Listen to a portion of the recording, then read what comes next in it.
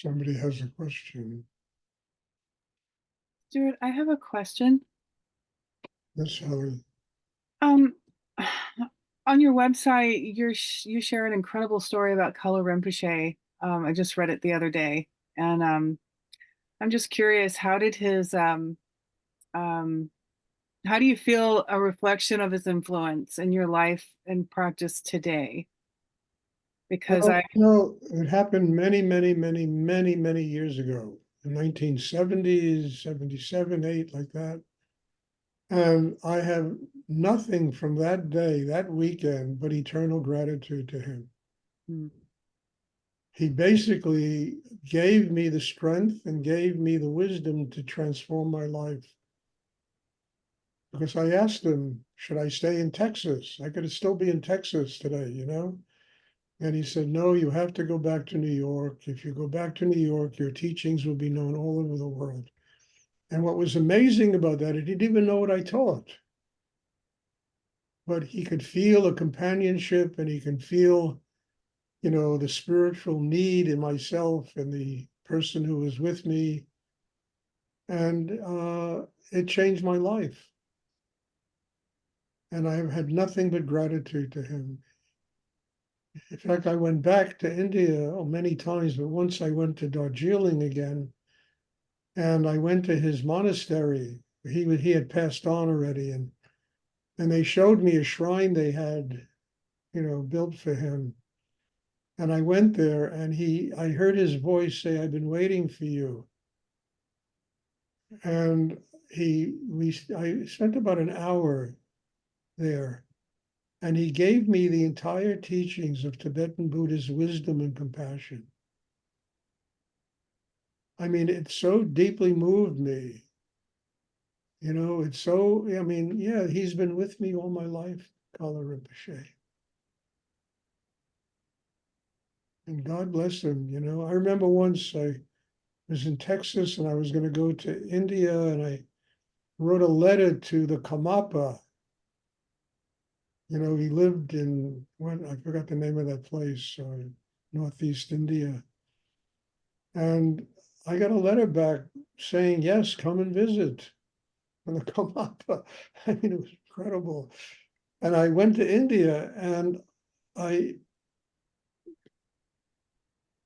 I discovered when I was there that the Kamapa had cancer. He was very ill. He was in a hospital in Delhi, and I didn't feel it was appropriate to go visit him. I thought, look, the man, he has all his people around him, and so I didn't go visit him. But there's always been a connection to Tibet. I mean, yesterday I went and picked up a purba I bought. Well, I cannot believe this purba. I've never seen anything like it. In 30 years of doing the Asian art business, I never saw a purba like that. It's always been in my aura, my chemistry to be connected to things Tibetan.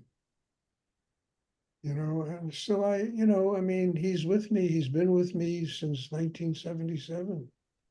He lives right in the center of my heart with Rudy and Nityananda and whomever else. that's beautiful. No, you have to have gratitude for teachers that help you. Most people don't. They think it's coming to them. You understand? And it's like Rudy always used to tell me, the reason he teaches is out of gratitude to Nityananda, to the Shankaracharya Puri, to that Russian guy who he studied with, he studied his work for, a number of years.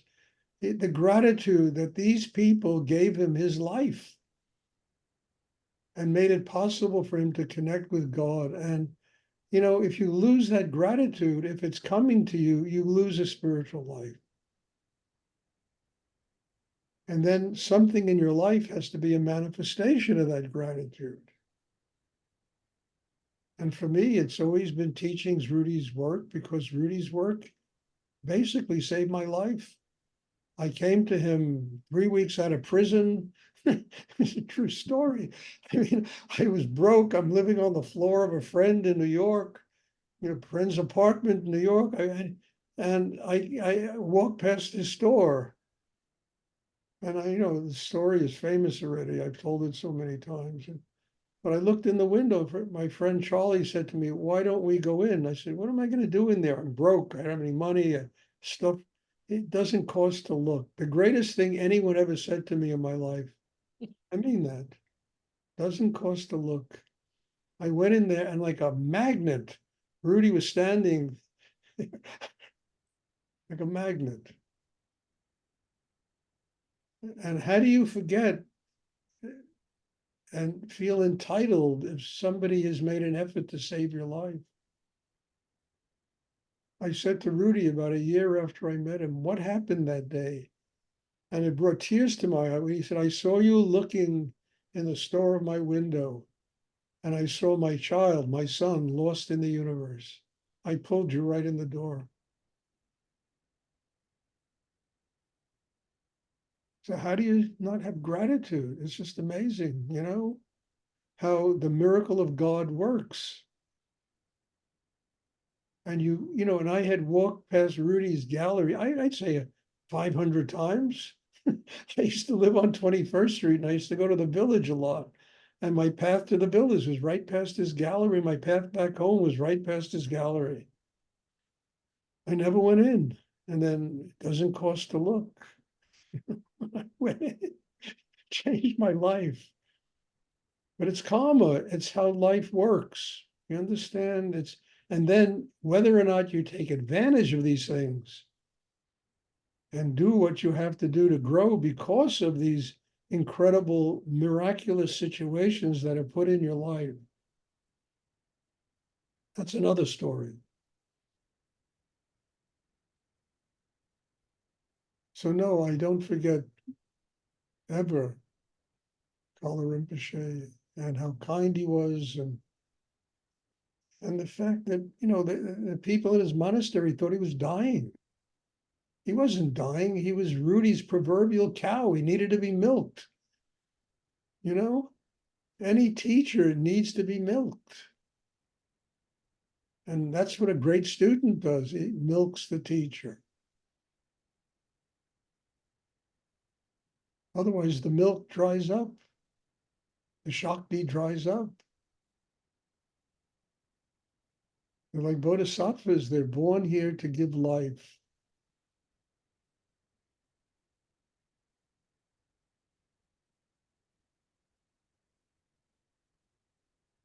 So no, I never forget Kalu Rinpoche.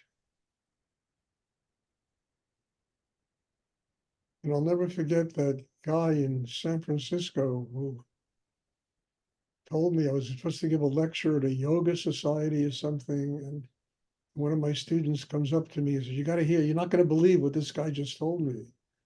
So I went over to the guy and he said, "Well, Kalu Rinpoche, 1977, I think it was, or like Kalu Rinpoche was dying. And these two seekers came from the West. And their need for his spiritual life was so strong that it brought him back to life again." That's exactly what happened.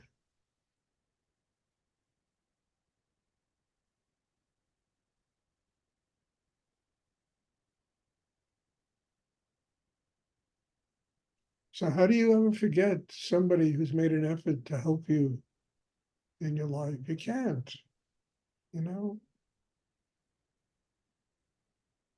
And then it becomes a matter of what you do with your energy, your time, how you say thank you. I mean, just thank you is not enough. It has to be through one's activity and what they do in the world.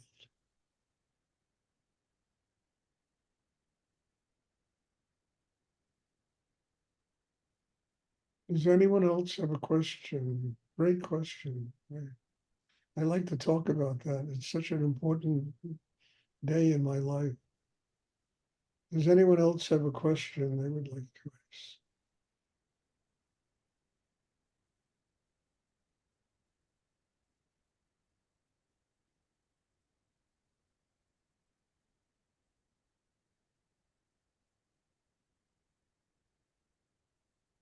And frankly, all I did with Kalu Rinpoche was the exercise that Rudy taught me.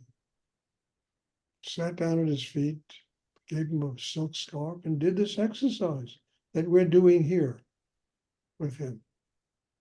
That's it. It extracted from him. I mean, literally, I could have spent a lifetime learning about Tibetan teachings. In 3 days, he gave me the whole Tibetan teaching. And it was Rudy's exercise that extracted this from him.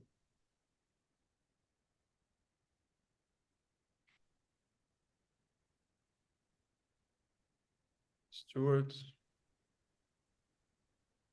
did Rudy ever tell you what he learned from Gurdjieff? Gurdjieff, that's the name I'm looking for. Yeah. He spoke about it a lot, but he never really, I never quite got what he did with Gurdjieff. And he spoke about it a lot, but I never, it never made sense to me. It was something that was his personal experience. And it was very early on in his studies, spiritual studies.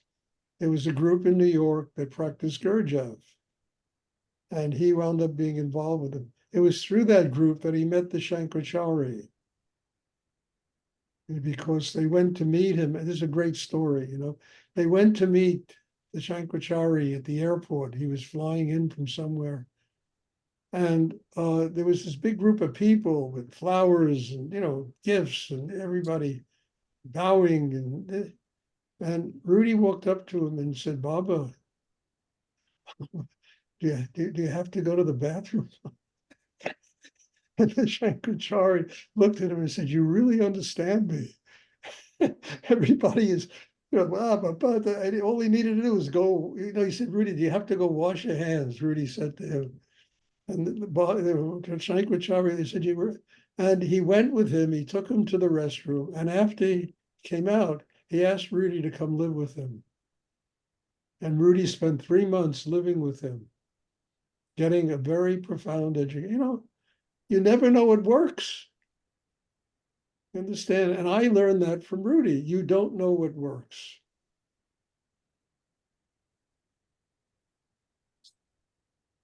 And he got a very profound education from the Shankaracharya. And then he had Nityananda, he met once, and Nityananda transformed his life. One meeting.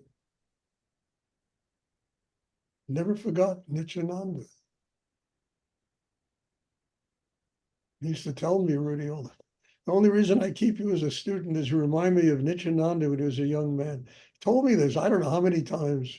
Otherwise, I would have kicked you out of here a long time ago. I said, "Well, that's not a bad memory, Rudy. I like that. I like that reason for hanging around here."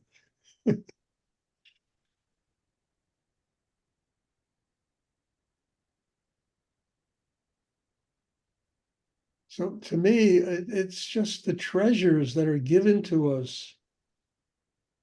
And we too often just take them for granted, instead of saying, "Wow, this is something very sacred, something amazing. I have to use it to grow."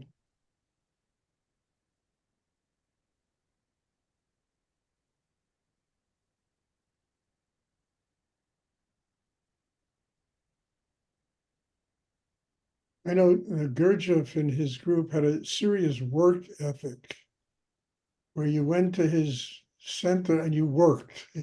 He made people work, And Rudy had the same thing. He made people work. You went and you had to do something. You couldn't sit around in Big Indian without spending at least 3 or 4 hours doing something, building something, making something, digging a hole.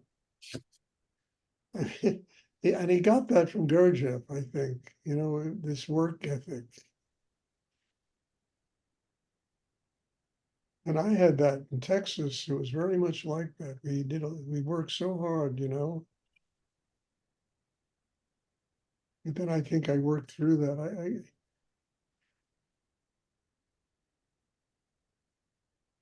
I don't know. I worked through it, but all I know is that it's different today. It's very different. The world is different today. Back in the 60s, 70s, communal living and it was a whole other way of functioning, and it was very popular. And people today, it's like, you know, I don't know, money. That's all people are interested in today, money.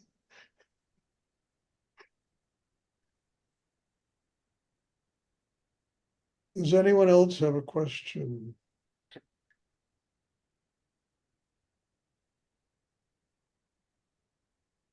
You'd like to ask?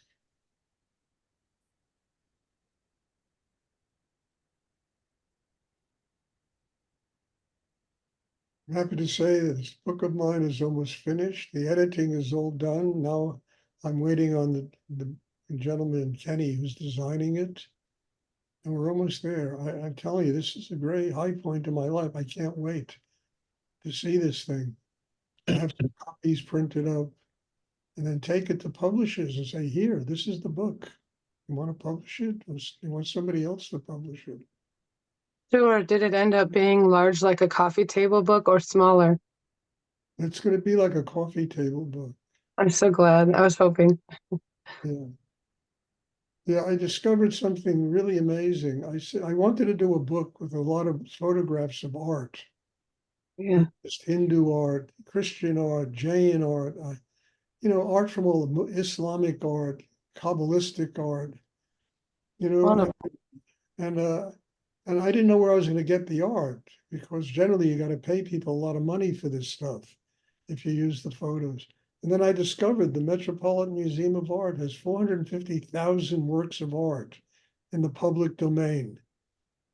And they have a website with all this art, and anyone can go there and use it for books. Yay.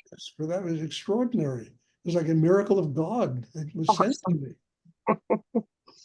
You know, so I took a lot of the works. A friend of mine, Maury's works are in there because he did a lot of paintings that are truly extraordinary. And they're very Kabbalistic and Jewish mysticism.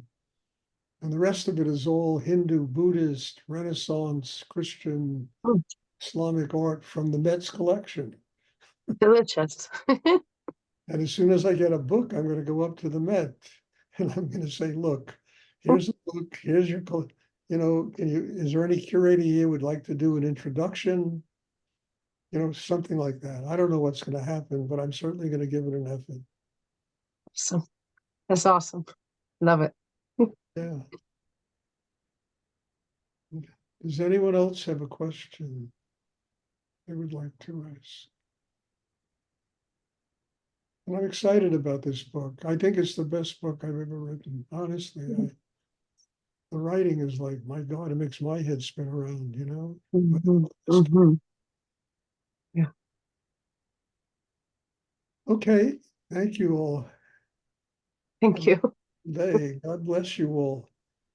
You know, and I'm looking forward to seeing you. There'll be class on Sunday. And also, just an announcement, there are 5 spots still open for my birthday retreat. If you'd like to attend, you know, please let me know. You know, and I'll put your name down. You're So talking about August. in August, yeah. August. Oh, And awesome. there's still 5 spots open. I only can fit like 17 people in this apartment here. And maybe next year I'm going to try to get something bigger and more conducive for having retreats. And okay, thank you. God bless you all. And I'm looking forward to seeing you all. Thank you, Stuart. Thank you, Stuart. Thank you. Thank you, Stuart. You're welcome.